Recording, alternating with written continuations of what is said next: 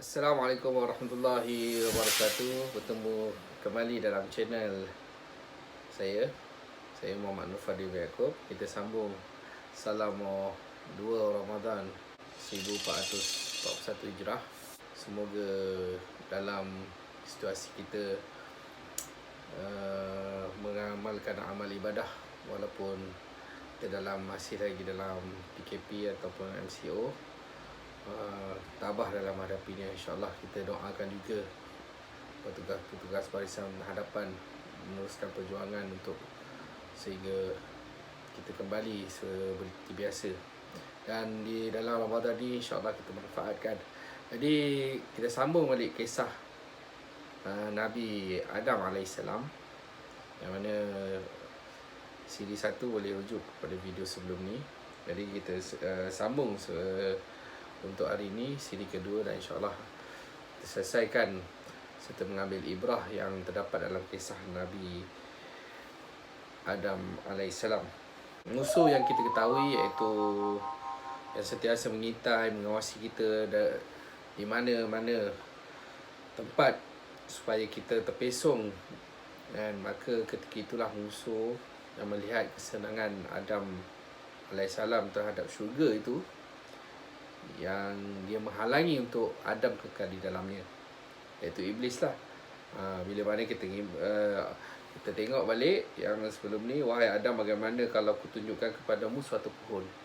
Nabi Adam AS terperdaya dengan bisikan tipu helah yang dilakukan oleh musuh kita yang nyata, iaitu iblis laknatullah, dengan terus membisiki dan menghiasi pujukan serta berjanji merayu serta memberi mereka nasihat-nasihat secara lahiriah.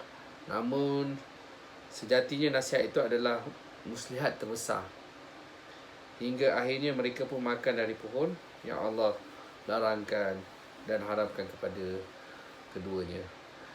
Tak kala mereka mulai menyantap buah tersebut, terbukalah aurat mereka, Nabi Adam dan Hawa lah, yang mana sebelumnya tertutupi auratnya. Mulailah mereka menutupi dirinya dengan daun yang ada pada syurga tu. Yang ini mereka menempelkan pada badan mereka yang telanjang sebagaimana pengganti untuk baju mereka. Mereka berdua menyesal. Nampaklah ketika itu pula hukuman kemaksiatan mereka. Ingkar. Maksiat ni adalah ingkar daripada perintah Allah Subhanahu Wa Taala.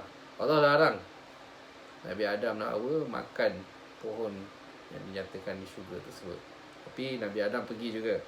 Dalam mana nampaklah ketika hukuman kemaksiatan mereka tersebut,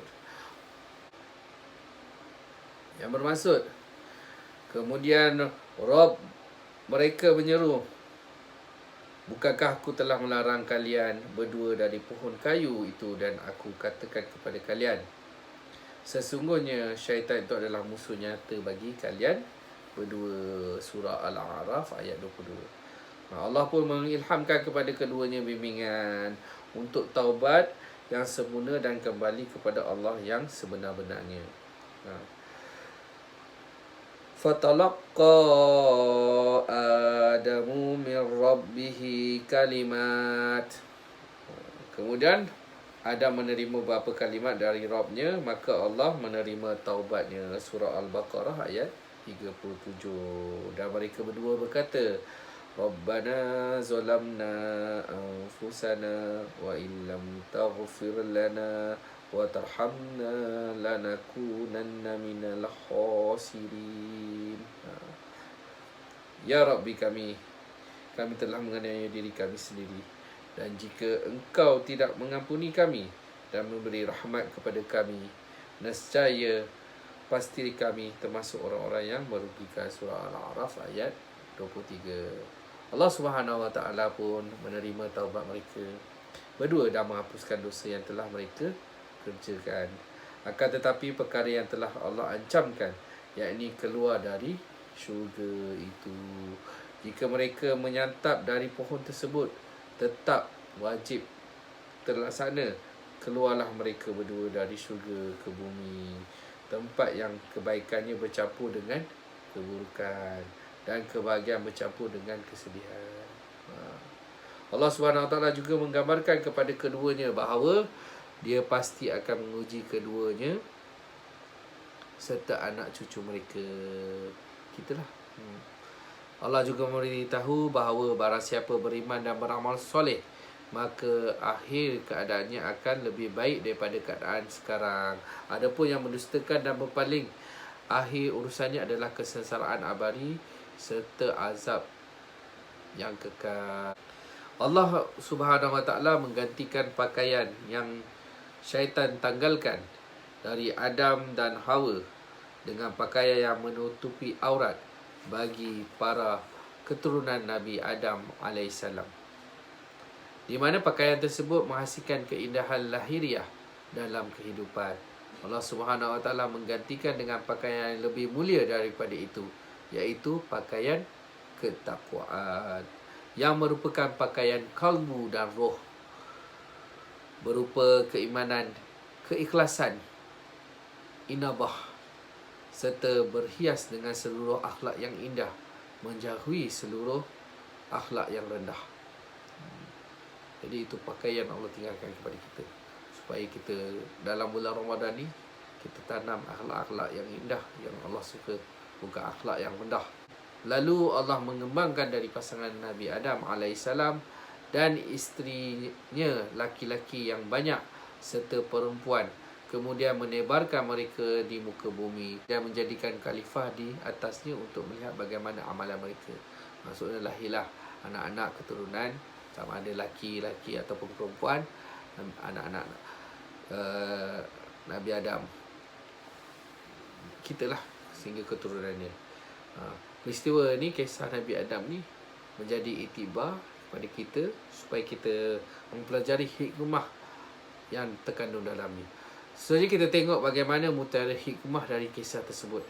Yang pertama, kita tahu kisah agung ini Allah Subhanahu Wa Taala sebut dalam kitabnya di banyak tempat secara tegas, tanpa ada keraguan padanya.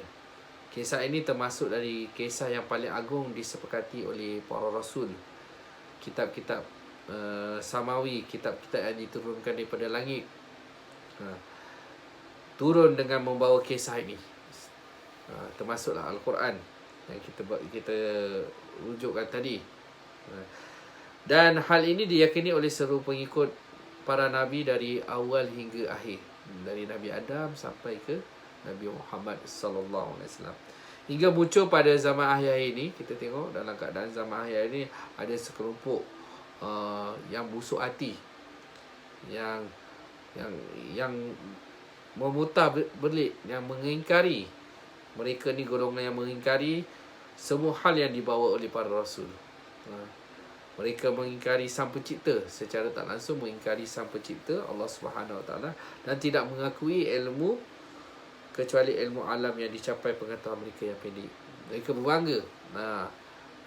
Kelompok akhir ni ada kumpulan yang berbangga dengan ilmu yang mereka ada, tapi apa yang Allah nyatakan dalam Quran, dalam kisah ini tidak mengambil iktibar. Jadi berdasarkan pendapat mereka tu, sehingga pendapat itu jauh terpesong daripada kebenaran, tak masuk akal. Dia mengingkari kisah Nabi Adam alaihissalam dan Hawa beserta apa yang Allah sebutkan dalam Quran mengenai mereka berdua. Sebab dalam kumpulan-kumpulan ni, dia menyatakan apa? Dia menyatakan mereka menyangka bahawa manusia itu dahulunya adalah haiwan. Ini teori Darwin lah tu. Haiwan ke atau yang sejenis dengannya, lalu berevolusi menjadi keadaan yang sekarang ni. Kita lah manusia, ada ke dari kera haiwan boleh jadi itu. Ni memang tak betul. Kisah tu dah mencanggah dengan apa yang Allah nyatakan. Secara tak langsung kebenaran ni tidak ada. Jadi teori itu tak betul semua. Sekarang teori, jadi mereka tertipu, jelas tertipu dengan pemikiran-pemikiran yang salah dan dibangun di atas sangkaan-sangkaan akal yang sudah rosak sejak awal lagi. Jadi perkara ini kita kena cegah. Jadi sebab tu kalau kita tengok, kita nasihat bila kita belajar anak-anak kita dalam situasi belajar memahami ilmu. Jangan lupa kita sandarkan keimanan kita kepada Allah Subhanahu Wa Taala dengan sumber-sumber Al-Quran dan hadis serta ijma' ulama. Dengan petunjuk kita mengikut ahli sunnah wal jamaah. Jadi benda tu kena ada. Jadi kemudian mereka meninggalkan seluruh ilmu yang sahih, khususnya yang dibawa oleh Rasul, disebabkan mereka rasa mereka lagi hebat.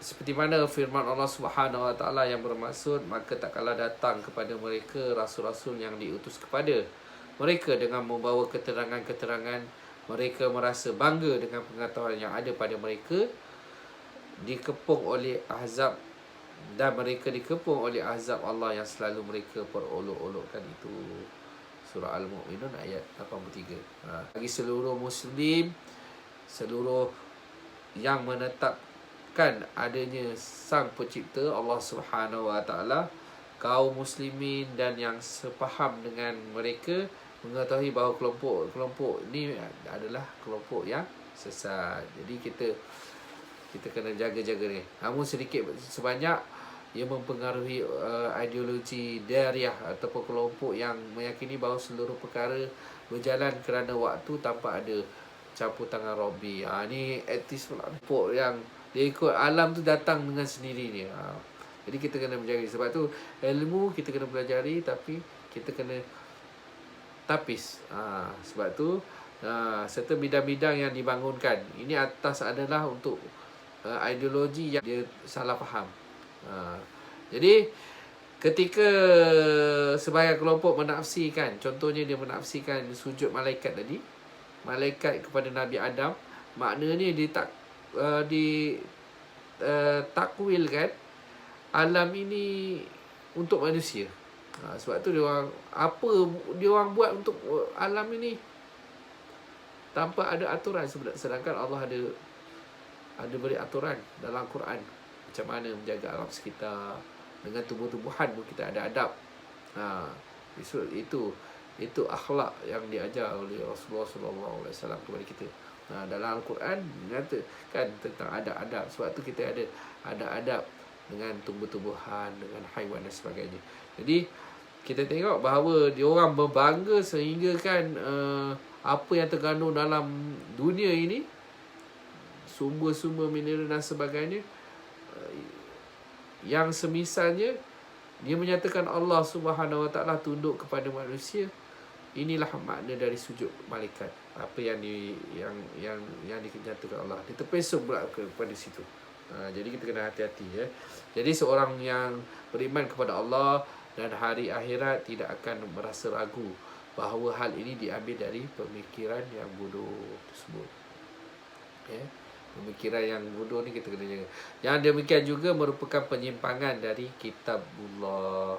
Tidak ada bezanya dengan penyimpangan kelompok batiniyah, kelompok yang sesat, jelas sesat, yang meyakini bahawa Al-Quran itu memiliki sisi lahiriah dan batiniyah.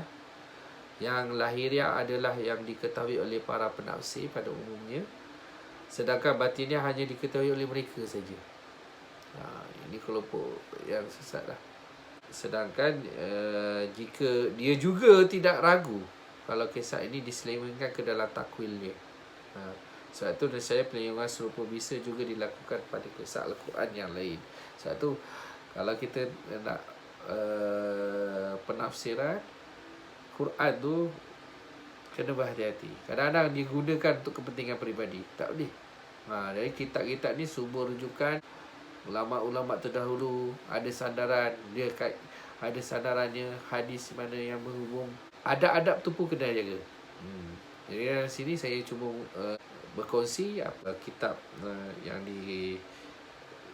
kita nak ambil mendulang faedah dan hikmah dari kisah manusia termulia ni sepanjang ni, dari kitab dari Qisasul Anbiya yang dikarang oleh Syekh Abdul Rahman. Jadi benda ni kita kongsi. Jadi ni nasihatnya.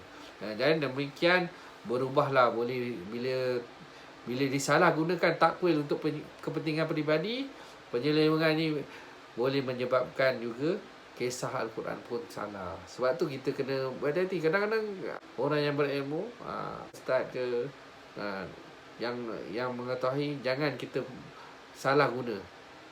Jangan untuk ada kepentingan peribadi kita menggunakan takwilan kita sendiri. Jadi sehingga boleh menyebabkan berubahlah Al-Quran yang mulia sebagai yang dijelaskan sesuatu petunjuk tu, serta rahmah menjadi simbol-simbol yang seluruh musuh Islam bisa membuat perbuatan yang sama. Dan yang akhirnya dia mampu untuk membatalkan Al-Quran. Dia boleh petikankan pula Al-Quran. Jadi sehingga petunjuk Al-Quran itu menjadikan penyesat dan serta rahmatnya berubah menjadi bencana. Maha suci Engkau ya Allah, ini adalah kedustaan yang besar. Auzubillah min zalik.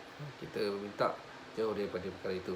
Jadi seorang mukmin yang ada keadaan ni, ni uraian yang ni ceritakan hikmah pertama ni pun cukup kisah daripada Nabi Adam ni kita kena ketahui. Jadi benda tu sumber dia semua mukmin pada keadaan yang semacam ini cukuplah baginya membaca apa yang Allah Subhanahu Wa Taala kisahkan kepada kita dari kisah Nabi Adam, dan sujud malaikat untuk membantah ucapan musuh ni, sehingga dia faham bahawa pendapat mereka meniadakan tujuan Allah dan Rasulnya dalam menceritakan kisah ini sejauh-jauhnya. Sebab tu kita jangan kalau kita nak tengok di YouTube pun kena kisah Nabi Adam ni, kena tahu kisah yang sebenarnya. Jangan ambil kisah ni. Ni kitab ni jelas menunjukkan kisah Nabi Adam AS.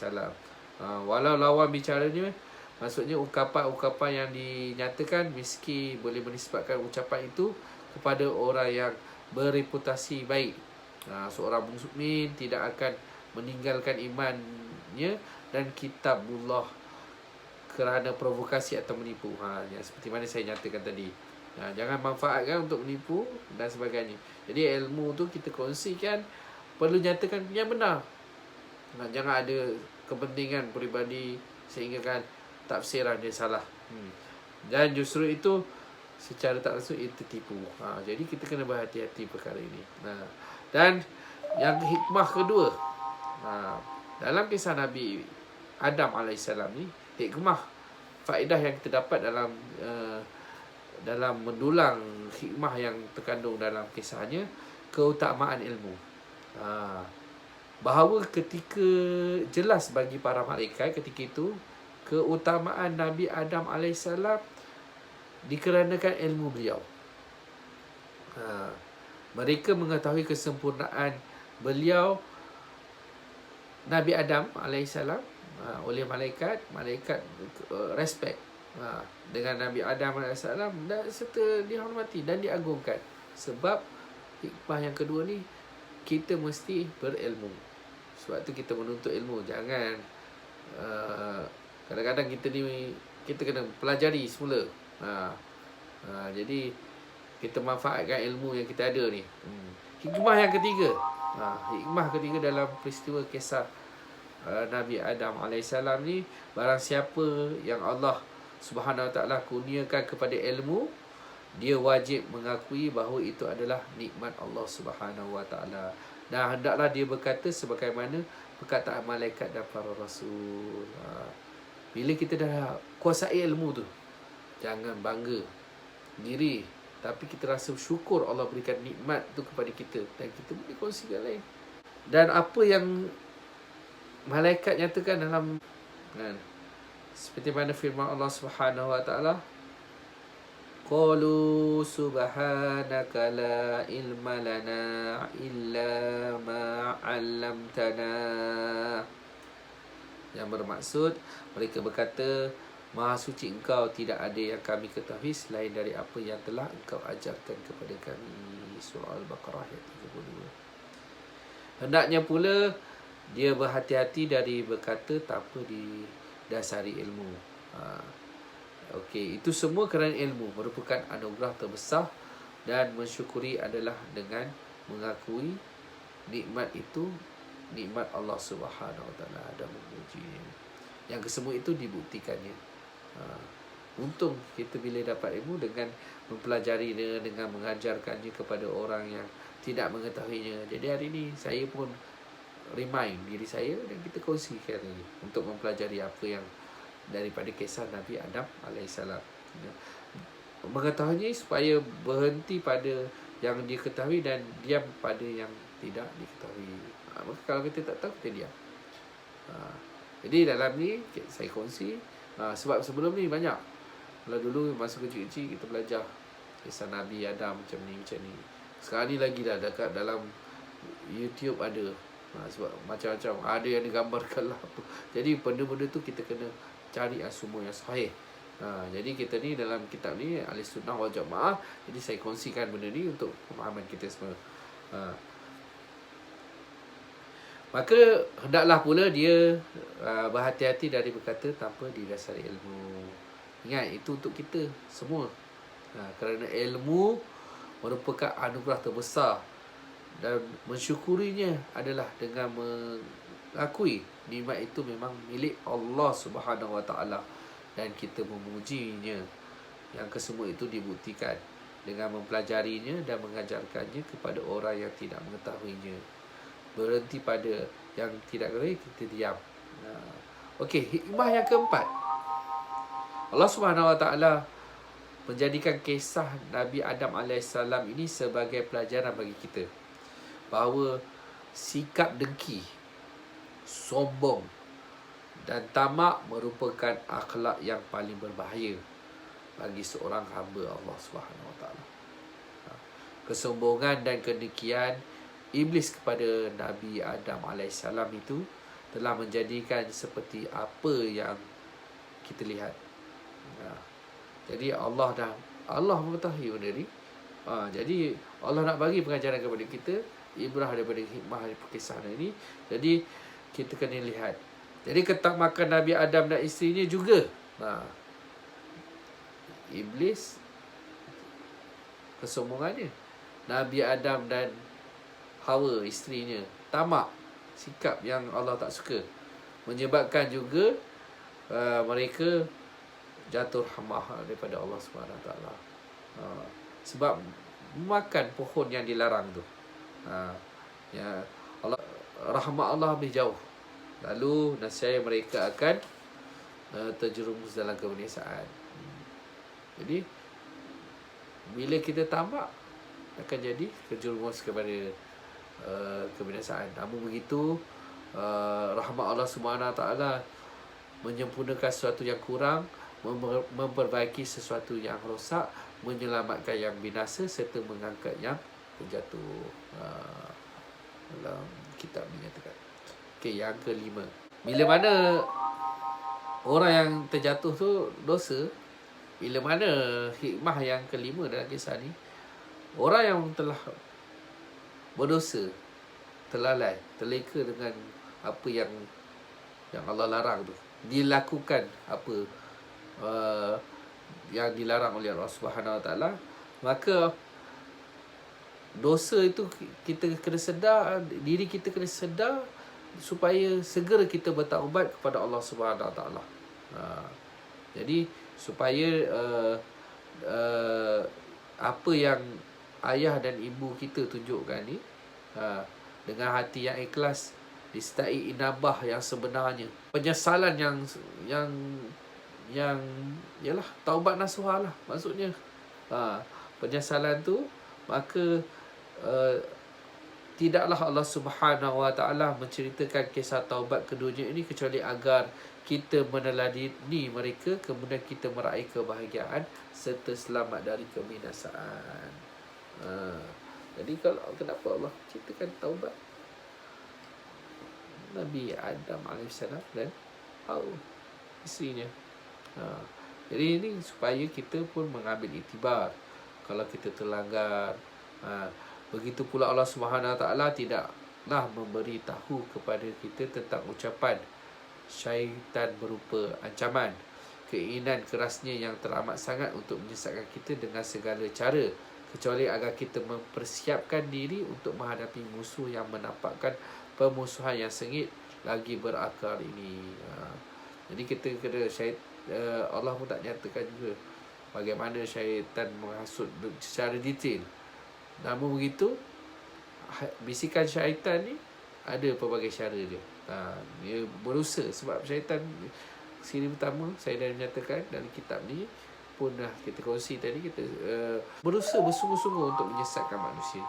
Jadi ibrah yang kelima ni, kita segera melaksanakan taubat dengan melakukan amalan-amalan yang sahih, berwirid yang sahih, zikir-zikir qalbu yang sahih, untuk ta'awun ataupun permintaan perlindungan kepada Allah Subhanahu Wa Taala dengan pelbagai cara yang diamalkan supaya yang ditunjukkan oleh Rasulullah sallallahu alaihi wasallam, supaya demikian menjadikan senjata untuk mematikan seperti kita kena laksanakan antaranya jujurnya kita dengan iman kita, kuatnya kita tawakal kepada Allah Subhanahu Wa Taala. Ini masing-masing manusia bertawakal apa tu semua kita dengan Allah Subhanahu Wa Taala. Ibrah yang ke 5 dari kisah tersebut. Jadi kita kena laksanakan bersungguh-sungguh tanpa ada was-was dan fikir panjang kan, ya, supaya benda tu akan merosakkan kalbu kita. Secara tu, sebab tu kita kena mempelajari ilmu. Hari ini pun kita berkongsi ilmu untuk mendalami, ambil ibrah daripada kisah Nabi Adam AS. Segera bertaubat. Bulan Ramadan ni, masa Ramadan ni kita bertaubat. Kita buat surat taubat. Walaupun malam pun dah berterawih,